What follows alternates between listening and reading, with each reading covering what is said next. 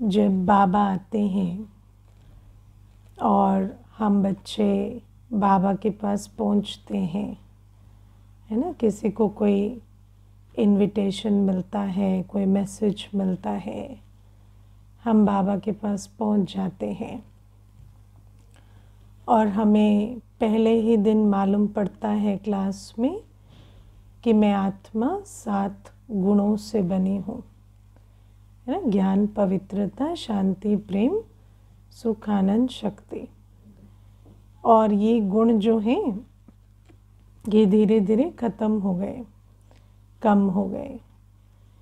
इसी कारण से मन, बुद्धि, संस्कार ठीक से काम नहीं करते, कर्म बिगड़ते हैं और भाग्य बिगड़ता है।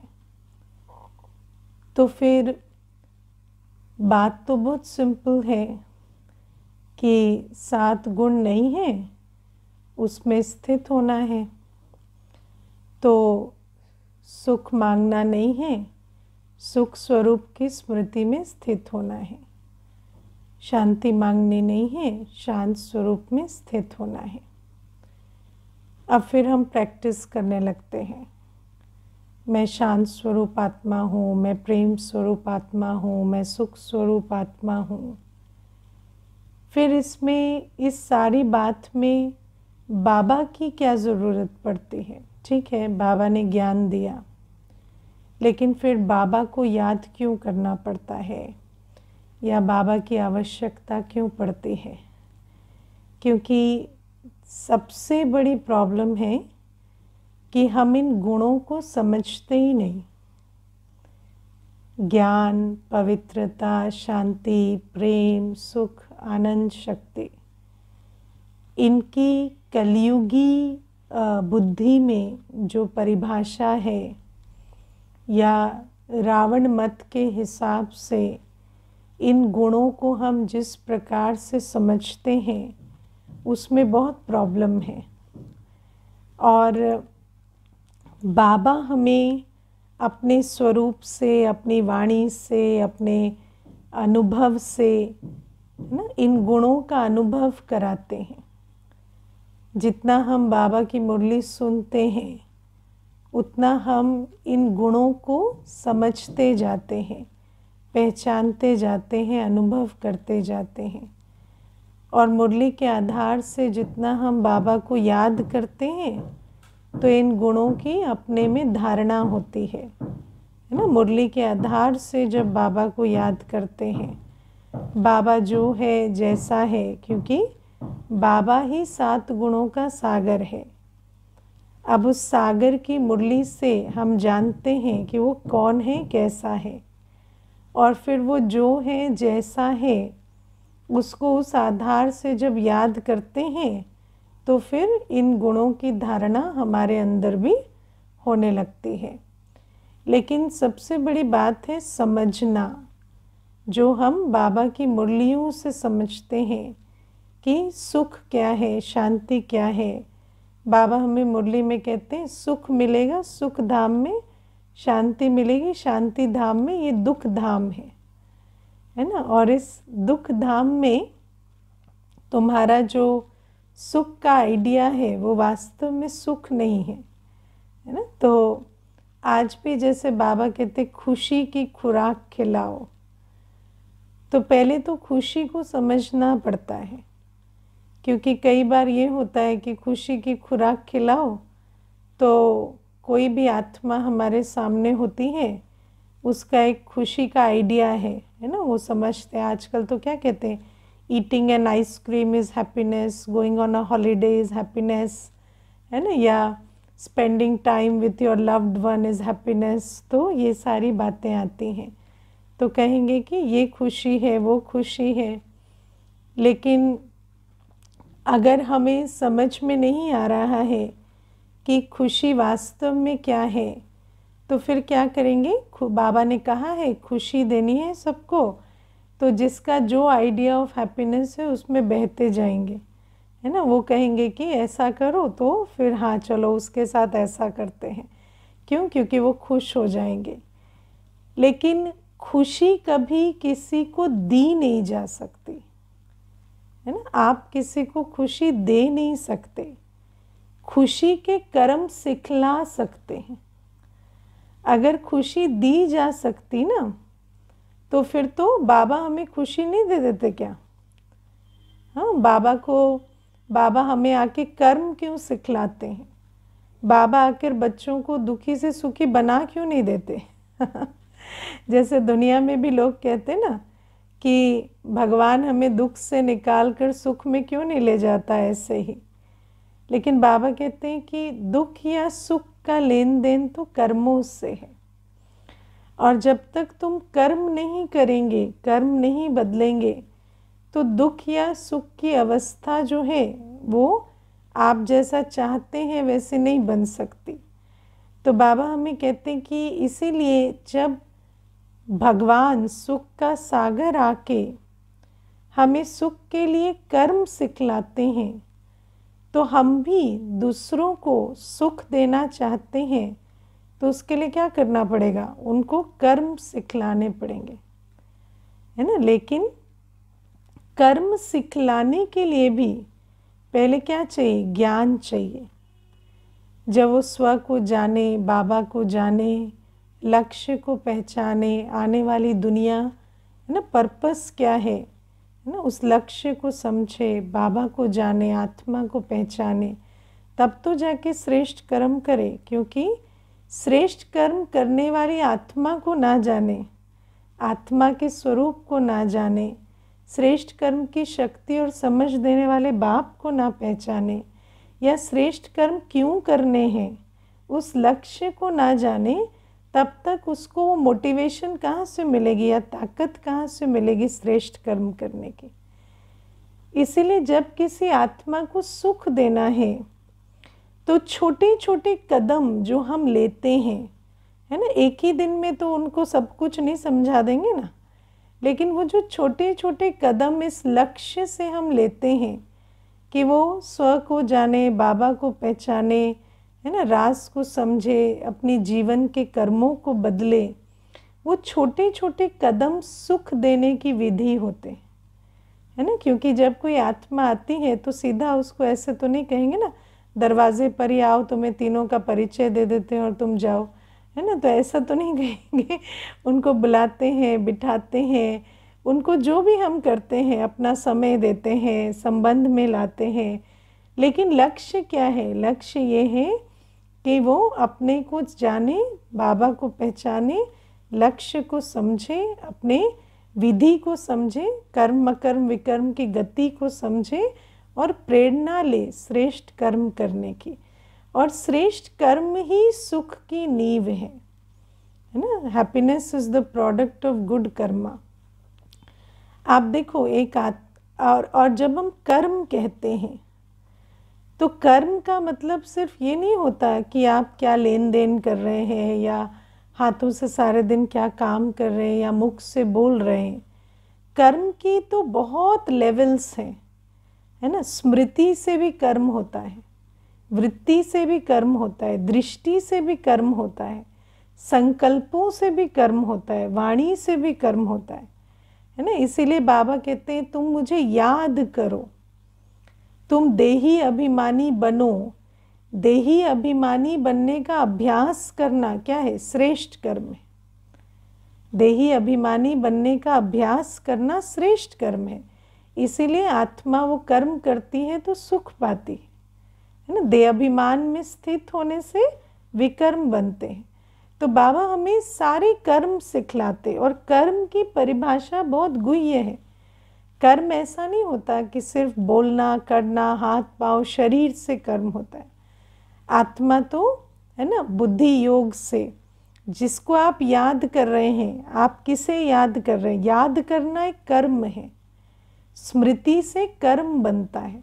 आप जिसकी याद में बैठे हैं वो याद आपका कर्म बना रही है।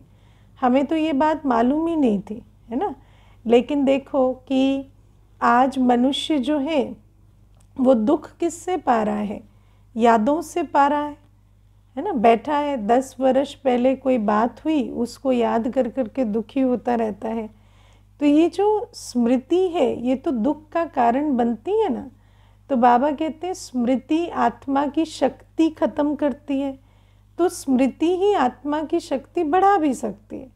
जब हम पुरानी दुनिया की बातों को याद करते हैं तो हमारी अवस्था जो है वो ढीली होती है, तो जब हम बाबा को याद करते हैं तो शक्ति भी बढ़ती है। तो बाबा हमें स्मृति से, वृत्ति से, दृष्टि से, संकल्पों से, वाणी से, तन मन धन से, है ना, हर प्रकार से कर्म कैसे बनते हैं वो बाबा हमें सिखलाते हैं। और बाबा हमें कहते हैं कि कर्म की गति, कर्म इतने सूक्ष्म होते हैं और कर्म की गति इतनी गुह्य होती है कि किसी को पता भी नहीं चलेगा, देखने में कुछ भी नहीं आएगा और आप मानव से देव बन जाएंगे, है ना। अंदर ही अंदर बाबा की याद से आप मानव से देव बन सकते, इतना बाबा हमें कर्म की गुह्य गति समझाते हैं। तो बाबा हमें ये कर्म सिखलाते हैं। और जब हम किसी भी आत्मा को बाबा की ये जो आत्मिक स्मृति, बाबा की याद और लक्ष्मी नारायण की राजधानी में जाने का लक्ष्य, ये जब हम किसी भी आत्मा को देना चाहते हैं, जो कि श्रेष्ठ कर्म करने का आधार है, और कर्म की गति समझाना और बाकी चीज़ें करना, तो जो भी हम एक एक कदम उस दिशा में बढ़ाते हैं उसको कहेंगे सुख देने की विधि, है ना। सुख देना चाहते हैं हम आत्मा को, उस इंटेंशन से उसको सुख मिलता है। तो बाबा हमें ये बातें आज समझाते हैं, है ना। मैं आपको एक छोटी सी बात बताती हूँ। एक बार जब, जैसे कल भी ऑफिस की बात बता रही थी, तो जब ऑफिस में थी तो उस समय पर जो क्लास चलती थी, तो क्या हुआ कि एक बहन थी, वो बड़ी पोजीशन पर थी ऑफिस में, तो कभी कभी आ जाती थी, है ना। तो कभी कभी आती थी, तो मैंने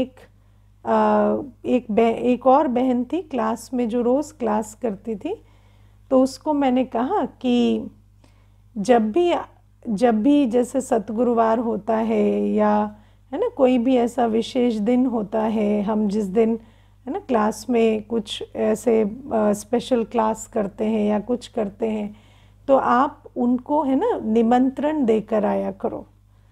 तो वो मुझे कहती है कि हाँ ठीक है, निमंत्रण तो दे दूँगी, लेकिन फिर वो कभी आती हैं कभी नहीं आती हैं। तो मैंने कहा ठीक है, तो आप क्या करो ना, वैसे भी कभी कभी चले जाया करो, जैसे आते जाते, है ना, कभी थोड़ा मिल आया करो, बातचीत कराया करो, थोड़ा संबंध बनाओ, ये भी सेवा है। तो मुझे कहती संबंध बनाना, मैं जाऊं ऑफिस की बातें करूं, कुछ करूं, वो सेवा कैसे हुई, वो सेवा कैसे है, वो मेरी समझ में नहीं आ रहा। तो मैंने उसको कहा देखो, लक्ष्य से सेवा होती है। आपका लक्ष्य क्या है कि जब आप जाते हैं, बैठते हैं, तो आपका लक्ष्य है कि आपकी बॉन्डिंग हो। बॉन्डिंग होगी तो कल आप उन्हें कहेंगे कि आज, है ना, सतगुरुवार है, आप आ जाओ क्लास में, या आप कोई विशेष प्रोग्राम है तो कहेंगे आ जाओ, तो वो आएंगी ना। तो कहती मतलब वो एक दिन आएंगी, उसके लिए हम इतना भूमिका बनाते रहे है ना, नए नए होते हैं ना तो नहीं समझ में आता है। तो मैंने कहा ऐसे भूमिका बनानी पड़ती है, अगर भूमिका नहीं बनाएंगे तो वो कैसे आएंगे संपर्क संबंध में। तो किसी को आप संपर्क संबंध में रखते हैं, आप अपनी रूहानियत की खुशबू से उसको प्रेरणा देते हैं, आप उनको रूहानी स्नेह का अनुभव कराते हैं, या कभी उनसे बातचीत करते वक्त एक दो बातें, है ना, प्रेरणादायक सुनाते हैं। ये सब कुछ सेवा करने की विधि होती है। ये सब कुछ सुख देने में आता है, क्योंकि इसी विधि से वो नज़दीक आते हैं, और नज़दीक आते हैं धीरे धीरे, फिर उनको कोर्स तक लेकर आना, उनको मुरली तक पहुंचाना, तभी जाके वो आत्मा सुख पाएगी। आप किसी को सुख देने की कोशिश करेंगे तो सुख नहीं पालेंगे, है ना, क्योंकि जब तक आत्मा के अंदर आलस्य, अलबेलापन है, विकार है, जब तक आत्मा अपने कर्मों के आधार से विकर्म बना रही है, जब तक आत्मा अपनी जीवन में व्यर्थ और विस्तार में जा रही है, तब तक उसको दुख से कोई नहीं बचा सकता, है ना। कोई भी आत्मा जो अपने कर्मों को बिगाड़ रही है ना, जो व्यर्थ और विस्तार में जा रहे हैं, जो वेस्टेज कर रहे हैं, जो विकारों के अधीन कर्म कर रहे हैं, जिनके जीवन में समय, संकल्प, श्वास की वैल्यू नहीं है, जिनका तन मन धन पाप कर्मों में लगता है, उनको आप उनकी कर्म की गति से नहीं बचा सकते, है ना। इसीलिए आप चाहेंगे कि कोई सुखी हो जाए तो सुखी नहीं होगा। इसीलिए बाबा कहते हैं विधि से सिद्धि। आपको अगर ये सिद्धि चाहिए ना कि कोई सुखी हो, तो सुखी होने की विधि को समझना पड़ता है। बाबा हमें सुखी कैसे बनाते हैं? रोज़ पढ़ाते हैं, रोज़ हम में उम्मीद रखते हैं, रोज़ हमें शुभ भावना देते हैं, रोज़ हमें शक्ति भरते हैं, रोज़ हमें रास्ता दिखाते हैं, रोज़ हमें प्रेरणा देते हैं। ये होती सुख देने की विधि, है ना। बाबा थकता नहीं है ना। 5 साल हो गए इसके तो कानों पे जूं भी नहीं रह रही है ना। अभी इसको और कितना समझाए, बाबा नहीं थकता। बाबा कितनी शुभ भावना से, बाबा रोज़ कितने प्यार से आकर हमें रोज़ पढ़ाता है, रोज़ उमंग उत्साह भरता है, रोज़ कहता है बच्चे ये करो, ये करो, इस श्रेष्ठ कर्म को करो, है ना। जिसने कभी सेवा नहीं की होगी उसको भी रोज़ कहता है सेवा करो। जो कभी अमृत वेला नहीं उठता उसको भी रोज़ कहता है सवेरे उठो। क्यों? क्योंकि बाबा को मालूम है कि ये एक ही तरीका है मेरे बच्चे को सुखी बनाने का। इसीलिए बाबा कहते हैं तुम्हें भी सबको सुख देना है। और सुख देना माना जो जब स्वयं को जाने, बाबा को जाने, आने वाली दुनिया की खुशी हो उसे, उस खुशी के उमंग उत्साह में वो श्रेष्ठ कर्म करने लगे, श्रीमत पर चलने लगे, तो फिर वो सुख का अधिकारी बनेगा। तो ये पहली चीज़ जो बाबा कहते हैं। फिर बाबा आज हमें कहते हैं तुम किसी से बात करते हो तो आत्मा को देखो। हम किसको देखते हैं बात करते वक्त, है ना। बहुत बड़ा प्रश्न है अपने आप से पूछना, है ना। क्योंकि कोई किसी के मुंह को देखता है, कोई किसी की गाड़ी को देखता है, कोई किसी के पद को देखता है ना। कुछ तो देख के हम बात करते हैं। आप जब किसी से मिलते हैं तो क्या देख के बात करते हैं? आपका जो बोलने का तरीका है या आप क्या बात करेंगे वो कहाँ से डिसाइड होता है ना। किस आधार से आप अपने शब्दों को, अपनी बातों को चुनते हैं?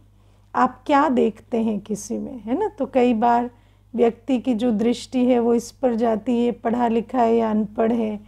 कई बहुत जेंडर कॉन्शियस होते हैं, कई, है ना, ये ऊंच पद वाला है या नहीं है, या धनवान है या नहीं है, या कोई ना कोई ऐसी बात ज़रूर होती है। जैसे कोई डॉक्टर समझता है स्वयं को तो उसकी दृष्टि हमेशा किस पे जाएगी? ये पेशेंट है, ये नॉट पेशेंट है। एक डॉक्टर की दुनिया 2 लोगों में डिवाइडेड होती है, पेशेंट और नॉट पेशेंट, है ना। तो ऐसे ही हर आत्मा के अंदर विभिन्न प्रकार की दृष्टि काम करती है। तो हमें अपने आप को पूछना है कि हम क्या देख के बात करते हैं। और इसमें 2 बातें आती हैं। जो आप स्वयं को समझते हैं, जिस देह भान में आप रहते हैं उसी देह भान से आप दूसरे को देखते हैं, है ना। जिस देह भान में आप रहते हैं उसी देह भान के आधार से आप दूसरे को देखते हैं।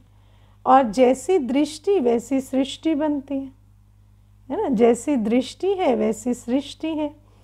मैं आपको एक बहुत छोटा सा इसमें उदाहरण देती हूँ। एक भाई आया तो उसके ना माता पिता दोनों ने शरीर छोड़ दिया है और वो भी अच्छी खासी नौकरी करता है, लेकिन उसका जो उसकी पैतृक संपत्ति बहुत है, क्योंकि पिताजी ने शरीर छोड़ा तो वो अकेला वारिस है, तो बहुत पैतृक संपत्ति है। तो जब वो सेंटर पर आया तो मुझे कहता है मेरी एक प्रॉब्लम है। तो पहले उसने मुझे क्या बताया, जैसे ही वो बैठा उसने अपना नाम भी नहीं बताया। उसका इंट्रोडक्शन क्या है कि मैं यहाँ रहता हूँ फलाने ब्लॉक में और मेरे पिताजी ने मेरे को बहुत सारा पैसा छोड़ा, मैं इस पद पे काम करता हूँ, मेरी सैलरी इतनी है, मेरा इतना ओहदा है। तो यही उसका इंट्रोडक्शन था। और फिर वो बातों बातों में मुझे कहता है कि अब क्या है ना, दुनिया ऐसी हो गई है, जो भी मुझसे मिलता है वो इसी चक्कर में रहता है कि इसका पैसा कैसे लूट लें। तो हर एक की दृष्टि मेरे धन पे जाती है, हर एक कोई जो मुझे मिलता है उसके अंदर लोभ की वृत्ति मुझे दिखाई देती है, हर एक इसी चक्कर में रहता है, इसको ठगें कैसे, इसको लूटें कैसे। तो मैंने कहा आप भी तो ये चीख चीख के अपनी बॉडी लैंग्वेज से कह रहे हैं कि आओ मुझे लूटो। तो मुझे कहता है कैसे, मैं ऐसा कैसे कर रहा हूँ। तो मैंने कहा अभी देखो, आप आए, मेरे सामने बैठे, आपने मुझे कुछ भी नहीं बताया, आपने मुझे अपने बारे में क्या बताया, आपका बैंक बैलेंस कितना है। तो the only thing I know about you is कि आप बहुत धनवान हैं। तो दृष्टि कहाँ जाएगी, धन पे ही जाएगी ना, क्योंकि आपने अपनी ही छवि वही बनाई हुई है। आपने तो नाम तक नहीं बताया मुझे, तो नाम तक नहीं बताएंगे, कुछ भी नहीं बताएंगे, तो व्यक्ति को आप इंडिकेशन क्या दे रहे हैं कि मैं धनवान हूँ। तो आप चाहते ही तो यही है ना, वो आपको धनवान समझ के ही बात करे। तो फिर वो जब उसी आधार से आपसे कनेक्ट करता है तो आपको बुरा लगता है, लेकिन वास्तव में ये जो सारी सृष्टि है ये आप स्वयं ही रच रहे हैं। तो फिर मुझे कहता है कि अच्छा ये तो मैंने कभी सोचा नहीं।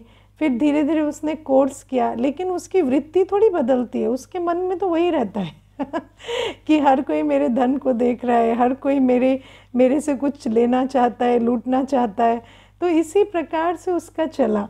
तो ये क्या है कि जब हम अपने अंदर, मान लो आपके अंदर ये चलता है कि मैं बहुत धनवान हूँ, तो आपको हर एक की गरीबी नज़र आएगी, है ना। हर एक की, आप किसी को भी मिलेंगे ना, आपको लगेगा इसके पास नहीं है, इसको चाहिए, और आपको हमेशा लगेगा ये मुझसे लेना चाहता है। लेकिन वास्तव में वो जो, और अगर सामने वाला लेना भी चाहता है ना आपसे, तो वो दृष्टि वृत्ति आप ही क्रिएट कर रहे हैं, क्योंकि आपके अंदर वो भावना है ना। कई ऐसे होते हैं, वैसे कहेंगे कि, है ना, हम पर दूसरों की बुरी दृष्टि शरीर पर पड़ती है, लेकिन उनके अपने अंदर अगर आप झांक कर देखें तो स्वयं की दृष्टि पूरे दिन देह पर ही रहती है ना। देह को संवारना, देह को अट्रैक्टिव बनाना, देह को ये करना। अब सारे दिन जब आपका अपना अटेंशन अपनी देह पे इतना है, तो सामने वाला भी जब आपको मिलता है तो सबसे पहले उसको आपकी देह दिखाई देती है, और आप भी जब किसी से मिलते हैं तो आप उसकी देह को ही देखते हैं।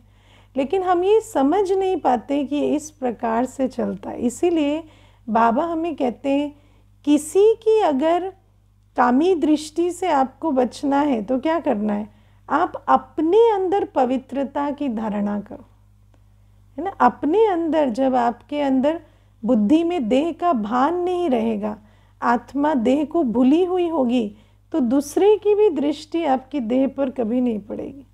लेकिन अगर अपने अंदर देह भान है, अपने आप को सारे दिन आईने में देखते रहते हैं, तो दूसरे की भी दृष्टि आपकी देह पर ही पड़ेगी। इसीलिए बाबा हमें कहते हैं कि पहले ये देखो कि मैं आत्मा किस भान में रहती हूँ। आज बाबा ने कहा कि ये जो संसार है ना, अभी बाबा सर्वशक्तिवान तो आया है, लेकिन माया भी पूरी सर्वशक्तिवान तमो प्रधान है। माया भी कैसी है, पूरी सर्वशक्तिवान तमो प्रधान अभी है। और ऐसे समय पर यदि हमें माया के वार से बचना है, यदि हमें संसार के 5 तत्वों की वाइब्रेशन या आत्माओं की जो दृष्टि वृत्ति है, या संसार का जो विकारी वायुमंडल है, उसकी सेक से अगर हमें बचना है, तो हमें क्या करना है, देही अभिमानी बनना पड़े। अपने आप को बिंदु स्वरूप में स्थित कर दो, है ना। मैं आत्मा, बाबा से सर्व संबंध में रहने वाली भरपूर शांत स्वरूप, सुख स्वरूप, स्नेह स्वरूप आत्मा। अपने अंदर देह का कोई भी भान न रहे। जब देह का भान अपने अंदर नहीं होगा, और जब उस आधार से हम चलेंगे, तब अन्यों के साथ भी जब हम बातचीत करेंगे, मिलेंगे, जुलेंगे, तो हमारी दृष्टि आत्मिक होगी। और जो आप देखेंगे, देखो हर आत्मा जो है ना, वो हर एक से जब आप कनेक्शन में आते हैं, बातचीत करते हैं, संबंध संपर्क में आते हैं, तो हर आत्मा के अंदर सारे संस्कार हैं, सतयुग से लेकर कलयुग तक, है ना। आत्मा के संस्कार सिर्फ मर्ज होते हैं, खत्म नहीं होते, है ना। तो आत्मा के अंदर, हर आत्मा के अंदर सतयुगी संस्कार, द्वापर युगी संस्कार, आदि संस्कार, अनादि संस्कार, कलयुगी संस्कार, सब कुछ है। लेकिन आप जो दृष्टि रखेंगे ना, वो वाला संस्कार उनका एक्टिव होगा, ठीक है। लेकिन आपकी दृष्टि कैसी होगी? जैसी आपकी स्मृति है, क्योंकि स्मृति से वृत्ति और दृष्टि का कनेक्शन है। तो मैं अगर अपनी आत्मिक स्मृति में स्थित हूँ, तो मैं दूसरे को भी किस दृष्टि से देखूंगी? मैं अपने अनादि स्वरूप में स्थित हूँ ना, ज्योति बिंदु स्वरूप में, तो दूसरे को भी कैसे देखूंगी? वो भी सिर्फ एक ज्योति बिंदु आत्मा है। और जब मैं उसको देखूंगी ना, वो आत्मा भी अपने अनादि स्वरूप में स्थित होती चली जाएगी। उस आत्मा को भी वो स्मृति मिलेगी, उस आत्मा को भी वो शक्ति मिलेगी। और आपको कहना नहीं पड़ेगा अपने को आत्मा समझो, आत्मा समझो। आत्मा के अंदर ये दृष्टि की बहुत बड़ी शक्ति है। आप अपनी दृष्टि से उसको आत्मिक स्थिति में स्थित कर सकते हैं। और फिर ऐसी आत्मा को जब आप बाबा का परिचय देते हैं, ज्ञान सुनाते हैं, तो आत्मा को तो बाबा का ज्ञान बहुत अच्छे से मिल जाता है। लेकिन अगर आपके अंदर देह भान है, और देह भान सिर्फ सुपीरियॉरिटी कॉम्प्लेक्स नहीं होता है, इन्फीरियॉरिटी कॉम्प्लेक्स भी होता है ना। कई बार क्या होता है, व्यक्ति का हम खुद भी नहीं जान पाते, अगर ये देहभान ऐसा है ना, इसको चेक करना बहुत मुश्किल होता है। जैसे कि कई बार हमें लगता है अच्छा मैं तो अपने, है ना, शरीर के पे ऊपर इतना ध्यान नहीं देता, या मेरे को तो रंग रूप का भान इतना नहीं है। लेकिन वो भान इसलिए भी नहीं हो सकता है क्योंकि आपके अंदर ये है कि रंग रूप अच्छा नहीं है, तो उस पर इतना अटेंशन नहीं देते, है ना। लेकिन वास्तव में अटेंशन देते हैं और इग्नोर करते हैं, है ना। लेकिन जब आप किसी और से मिलते हैं तो आपका ध्यान उनकी देह पे जाता है। आप पहले नोटिस करते हो, दिखते कैसा है, अच्छे दिखते हैं, काले हैं, गोरे हैं, उस पर दृष्टि आपकी जा रही है। क्यों जा रही है?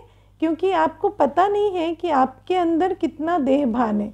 कई बार हम सादा सीधा रहते हैं या ऊपर से ड्रेसअप नहीं होते, तो हमें लगता है हमारे अंदर शायद बॉडी कॉन्शियसनेस नहीं है। लेकिन बॉडी कॉन्शियसनेस बहुत डीप होती है, सिर्फ सादा सीधा रहना उसका इंडिकेशन नहीं होता। कई बार हमारे अंदर कॉम्प्लेक्स होता है कि हम अच्छे नहीं लगते तो हम ड्रेसअप नहीं होते, लेकिन इसका मतलब ये नहीं है कि कॉन्शियसनेस नहीं है।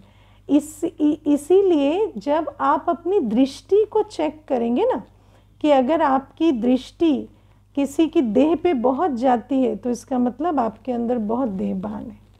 तो बाबा हमें कहते हैं इसीलिए अपनी आत्मिक स्मृति में स्थित होकर जब दूसरे को भी उस दृष्टि से देखेंगे तो उस आत्मा को भी बाबा का ज्ञान देंगे, तो वो जैसे जौहर की तरह, है ना, उस ज्ञान में जौहर होगा और उस आत्मा को भी धारणा होगी। ये बाबा सबसे पहले हमें आज समझाते हैं। और फिर बाबा कहते हैं तो चैरिटी बिगिंस एट होम, तुम पहले अपना पुरुषार्थ करो, है ना, दूसरे में मत जाओ वो करता है नहीं करता है ना। कई बार ऐसे भी होता है, कहते हैं 10-10 साल वाले ऐसे ही हैं, 15 साल वाले भी ऐसे ही हैं, 25 साल वाले भी ऐसे ही हैं, वो नहीं करते, हम ही लगता है कर रहे हैं। लेकिन बाबा कहते हैं किसी को सतयुग नहीं जाना है, वो राज्य भाग्य छोड़ रहा है, तो आप क्यों उस चक्कर में पड़ते हो? आप तो अपना राज्य भाग्य लो ना, आप अपनी चिंता करो, दूसरे की नहीं करो। और फिर बाबा कहते हैं कुछ सहन भी करना पड़ता है ना। अगर हम सोचें कि हम आत्मिक स्मृति में रहेंगे, हम श्रेष्ठ कर्म करेंगे, तो हमें कोई एक्सक्यूज़ मी, हमें कोई चैलेंजेस नहीं आएंगे, ऐसा नहीं होगा, है ना। क्योंकि आज ना आप आत्मिक दृष्टि रख रहे हैं, आज ना आप श्रेष्ठ कर्म कर रहे हैं, वो जो पिछले 63 जन्मों में किया है उसका क्या, वो नहीं आएंगे क्या? हाँ, मनुष्य क्या है, वो कहते हैं ना 100 चूहे खा के बिल्ली हज को चली, तो वो हज को चली तो अब उसको लगता है आज से तो सब बदल गया, लेकिन ऐसा तो नहीं है ना। अभी वो जो 63 जन्मों में किया है उसका भी तो हिसाब किताब सामने आएगा। तो बाबा कहते हैं वो जो इतनी बड़ी हमारी हिस्ट्री है जिसमें 63 जन्मों के पाप कर्म है, उनका भी तो लेखा जोखा सामने आना है। तो इसीलिए बाबा कहते हैं ऐसे नहीं सोचना कि आज आप श्रेष्ठ कर्म करेंगे, आज आप एक्यूरेट कर्म करेंगे तो आपके सामने कोई भी बातें नहीं आएंगी, पिछले हिसाब किताब ज़रूर आएंगे, है ना। लेकिन यहाँ पर एक बात मैं हमेशा सोचती हूँ कि बहुत इम्पॉर्टेंट है अंडरलाइन करना। कई बार हम ना हर चीज़ को पिछला कर्म कह देते हैं, है ना। जैसे दुनिया में व्यक्ति कहता है पास्ट कर्मा है, पास्ट कर्मा आता है, लेकिन अगर हम आज देखें तो अगर हम सोल कॉन्शियस नहीं हैं, श्रीमत पर एक्यूरेट नहीं चलते, तो प्रेजेंट कर्मा भी बहुत है जो सामने आता है ना। तो पास्ट कर्मा तो तब बात आती है जब हम प्रेजेंट में एक्यूरेट चल रहे हैं, लेकिन अगर आप चेक करेंगे तो हमारे प्रेजेंट में भी बहुत विकर्म बनते हैं। जैसे कोई आत्मा है, उसके साथ आप ठीक से चले, आपने अच्छा व्यवहार किया, लेकिन उसने आपको 2 उल्टी बातें कह दी, फिर क्या आप सच में उसके लिए संकल्प नहीं चलाते, फुल स्टॉप लगा देते, है ना। तो प्रेजेंट में भी आप देखो, जहाँ पर कोई आत्मा हमारे प्रति, है ना, कोई भी कड़वी बात कह देती है या दुर्व्यवहार कर लेती है, तो फिर वहाँ पर क्या होता है, इतने सारे संकल्प चल रहे हैं। अब उन संकल्पों को चला चला कर हम सृष्टि बनाते हैं, फिर हम क्या कहते हैं, इसके साथ पुराना हिसाब किताब है। पुराना नहीं है, ये तो तुम्हारा अभी वाला है पुराने तो अभी आए भी नहीं है तो अगर हम ध्यान दें तो हम हर चीज़ को पास्ट कर्मा ना कहें, हम अपनी जांच भी करें कि अभी भी हमारे जो संकल्प है, हमारी वृत्ति है, दृष्टि है, उसके कारण भी बहुत सारी रचना हो रही है, और उस रचना के कारण भी बहुत सारे कर्म भोग आ रहा है। तो ये भी देखना है। और बाकी भी बाबा कहते हैं अगर एक्यूरेट चल रहे हो तो भी पास्ट का खाता तो है जो आएगा, तो सहन करने के लिए तो तैयार रहना है। आप रोज़ अपने को सहन शक्ति से भरते हैं सुबह? रोज़ सहन शक्ति से भरते हैं, या सिर्फ शांति की शक्ति, प्यार की शक्ति, खुशी की शक्ति हो गया ख़त्म? हाँ, खाली शांति, प्यार और सुख से चलेंगे तो फिर कोई पेपर नहीं आएंगे, नहीं। अगर आप शांत भी रहेंगे, प्रेम स्वरूप भी रहेंगे, सुख स्वरूप रहेंगे, तो क्या होगा, नए विकर्म नहीं बनेंगे। लेकिन पास्ट कर्म भोग तो आएगा। जब पास्ट कर्म भोग आता है तो उसमें क्या करना पड़ता है, सहन करना पड़ता है। इसीलिए सिर्फ गुणों से नहीं चलेगा, शक्तियों की भी आवश्यकता पड़ेगी। और इसीलिए रोज़ अपने अंदर सर्व शक्तियों को भी बाबा से भरपूर करना होता है, रेडी होना पड़ता है कि सारे दिन कोई भी बात हो जाए हम उसमें, है ना, 2 हाथ की ताली नहीं बजाएंगे, है ना। आज बाबा ने कहा अगर कोई आपको कुछ भी कहता है ना, तो उसमें क्या करना है, आप चुप रहो। किसी ने अपशब्द कहे, कुछ भी कहा, आप चुप रहो, क्योंकि ताली बजाने के लिए 2 हाथ चाहिए, शांत होने के लिए एक ही चाहिए ताली 2 हाथ से बजती है, लेकिन शांति एक से हो जाती है। अगर आप एक बाबा की याद में हैं तो शांति हो जाएगी। और फिर बाबा कहते हैं कल्याण का सोचना है, क्योंकि सिर्फ ऐसा नहीं है कि आपका विकर्म, लेकिन जितना आप ताली बजाते जाते हैं उतना दूसरे का भी विकर्म बन रहा है, आपका भी बन रहा है, और उनका विकर्म बनाने के भी निमित्त आप बन रहे हैं, क्योंकि आप जवाब दे रहे हैं तो वो भी उधर से उल्टा बोल रहे हैं। तो बाबा कहते हैं इस तरह से तो कोई सल्यूशन निकलेगा नहीं। तो कोई अगर आपको कुछ कहता है तो उस समय चुप हो जाओ, बाद में भले ही आप उस बात को, है ना, समझाना या डिफरेंट मूड में आप कम्युनिकेट करना, लेकिन ऐसे गरम तवे पे पानी डालने से तो, है ना, उसमें कोई परिवर्तन आने वाला नहीं है, वो तो सिर्फ छींटा सूख जाएगा उस गर्मी में। तो बाबा कहते हैं इसीलिए 2 हाथ की ताली बजती है, अपने आप को उस सिचुएशन में विड्रॉ करो। और एक बात जो मेरे मन में आ रही थी कि बाबा आज कहते हैं कि हर एक को आत्मा देखो, लेकिन कई नए भाई बहने भी बैठे ना, तो कई बार क्या होता है, हम सोचते हैं हर एक को इन 2 आँखों से आत्मा देखना है लेकिन 2 आँखों से आत्मा दिखाई नहीं देती है ना। तो कई बार ऐसे देखते रहेंगे ना भ्रिकुटी के बीच में कि शायद आत्मा दिख जाएगी, लेकिन ऐसे बहुत पैनी नज़र से भी देखेंगे तो दिखाई नहीं देगी। तो किसी को आत्मा देखना कैसे है? तीसरे नेत्र से। अपने को भी हम आत्मा कैसे देखते हैं? तीसरे नेत्र से ना, ज्ञान नेत्र से। तो दूसरे को भी जब हम मिलते हैं, बात करते हैं, देखो अब जब आप किसी को देखते हैं ये साहूकार है, आप किसी को देखते हैं ये है ना पढ़ा लिखा है, या आप किसी को देखते हैं ये अनपढ़ है, तो कैसे देखते हैं? आँखों से थोड़ी देखते हैं, बुद्धि से देखते हैं ना। आप अपनी बुद्धि में याद रखते हैं कि ये फलाना है ना, ये गुजराती है, ये बिहारी है, ये सब कुछ तो हम बुद्धि में रखते हैं ना, या आँखों से दिखाई देता है? आँखों से तो दिखाई नहीं देता।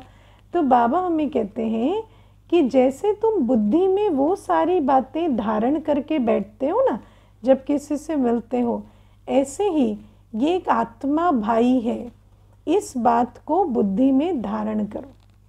जब इस बात को बुद्धि में धारण करेंगे तब उससे बातचीत करते, सब कुछ करते, भाई भाई की वृत्ति होगी, स्नेह और सम्मान की वृत्ति होगी। और जहाँ स्नेह है, सम्मान है, जहाँ आत्मा के अंदर ये निश्चय है कि ये आत्मा है, तो क्यों नहीं बाबा को पहचानेगी, क्यों नहीं ज्ञान को समझेगी? तो उस निश्चय के आधार से उसको बल मिलता है, उस आत्मा के अंदर भी ताकत भरती है। इसीलिए ये जो देखना है ये तीसरे नेत्र से करना है, कोई 2 आँखों से नहीं देखना है। और विज्ञान हमें कहता है कि आप एक समय में है ना 7 लेवल्स पे अवेयर रह सकते हैं।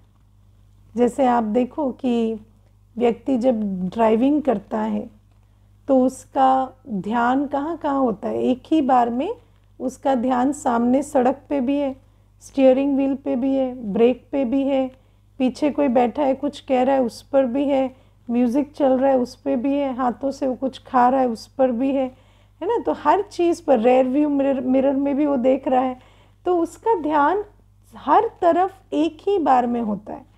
ऐसे ही बाबा कहते हैं जब तुम किसी को आत्मा समझ के बात करेंगे तो ऐसा नहीं है कि आप उसकी बात नहीं सुन पाएंगे, या आप उसकी कोई है ना उसके साथ कर्म नहीं कर पाएंगे, या आप साथ में काम कोई कर रहे हैं तो वो नहीं कर सकते। ये तो सिर्फ एक अवेयरनेस में धारण करने की बात है कि सामने एक आत्मा है, और जिस स्मृति में आप रहते हैं वो आपके एटीट्यूड को इन्फ्लुएंस करती है।